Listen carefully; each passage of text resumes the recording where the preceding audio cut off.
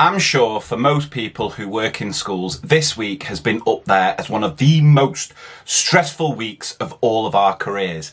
It makes an Ofsted inspection led by Gordon Ramsay seem a walk in the park, and it's no surprise why. Let's just have a quick recap. On Sunday, our leader, RPM, sat on national TV and stated that schools were safe. Most teachers missed that because they were probably too busy planning for the upcoming weeks of being in school in class with all of their pupils. We were then forced to welcome back over 3 million children into the cesspool, school, potentially spreading the virus even further. Cut to 8 p.m. and we're being told majority of children are going to have to learn from home once again. Here we go again. At least they've given us plenty of notice. What? A couple of hours. Leadership teams working tirelessly to put together lists of vulnerable key worker children while the government say, listen, give us a bit of time, we need to update this guidance. Nice one. Imagine if we use that excuse for parents. Parents, don't worry about remote learning. Yeah, we'll sort something out in a few days. Just give us a bit of time. SLTs have then gone off the old guidance, put together the lists, shared that with parents to let them know, for the DfE to then publish guidance,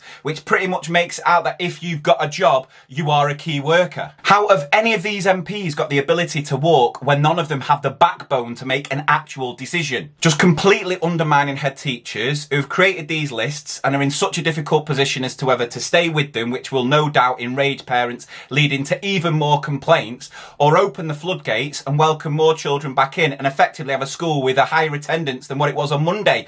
Just completely missing the point of the whole lockdown. I've seen more coherent and competent guidance from EYFS children scribbling on a piece of paper with their own feces. Within hours, teachers have had to start teaching remotely while also teaching children in class, effectively doubling their workload. An incredibly difficult job. Teachers going into school at 5:30, 6 in the morning so they can pre-record lessons for a couple of hours before they then actually teach it to the rest of the class. I just don't know how that's going to be sustainable. Then Gormless Gav, I honestly never thought I'd despise an educational secretary more than Gove, but Gav's like, here, hold my beer, stands up in Parliament and states that if parents aren't happy with remote teaching, they can go and complain to Ofsted. Cheers, Gav. Thanks, mate. That's all we need. It's hard enough trying to teach these children remotely while they're still waiting on the laptops you promised them in September. Next minute they'll be blaming the delivery on a Hermes driver. Pitting parents against teachers in a time when we should be working together just shows your complete and utter lack of understanding of how schools work. Now, I know I don't swear, but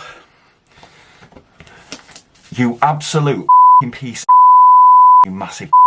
Now, in my few years of supporting teachers with technology, I've found that if you want something to work, you've got to keep it as simple as possible.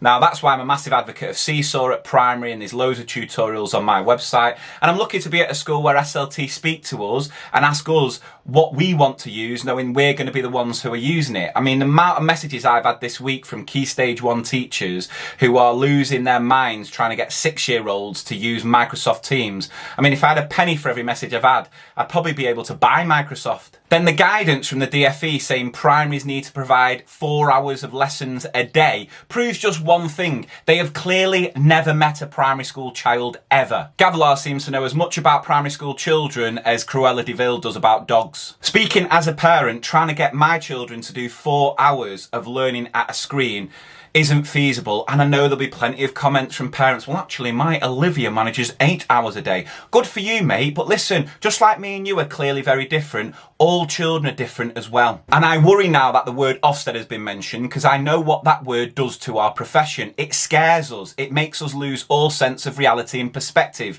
because ultimately if you get a bad Ofsted report, it can literally mean you lose your job. So if you are a school that's going to be providing 4 hours of lessons a day, let's make sure our expectations are achievable for our children and our families. One thing we should be making sure we don't do as schools is being a reason to add more stress and more worry on families. Families are going through enough stress, enough worry at the minute, trying to hold down jobs, illnesses that might be going on in the family, because we are in the middle of a global pandemic. And I think we just need to take a moment and get a bit of perspective and give ourselves a bit of a break. Teachers and schools just need to prioritise one thing, and it's not Ofsted, it's not Gavilar or the DFE, it's the children. What is going to work best for them and what is the most achievable for us as staff? I mean, no one knows the answer. No one knows whether live teaching is better than pre-recorded lessons. It's all so new. We've just got to do our best. We've got to remember that we're not trying to replicate the school day. This is distant, remote learning. Does that mean that children can still learn? Absolutely. But to quote our literally genius of a TV programme, Love Island, it is what it is. For any parent watching this, you're doing brilliantly. Your best is good enough. The most important thing is making sure all of our children are safe, happy, and well. So to try and finish on a positive, well, I know this whole situation is going to be incredibly tough. It's going to be hard. There's going to be ups, there's going to be downs. I mean, we're going to finally, as teachers, have to take on some of the spiel we normally say to our kids about growth mindset. But I have no doubt that it won't be long before teachers are hitting a bit of a rhythm, hitting a bit of a groove with it. And in case no one has told you, you are doing an amazing job. Honestly, from the bottom of my heart, I am so grateful, speaking as a parent, for all the incredible work that you've done so far and you will continue to do. And please do me a massive favour. Take some time this weekend to completely switch off from work. Run yourself a bath, go for a big long walk. You can even listen to a podcast. Just take some time to switch off because it'll do more good than you'll ever realise. You might even want to catch up on everything else that's been going on in the world. I heard some things happening in America.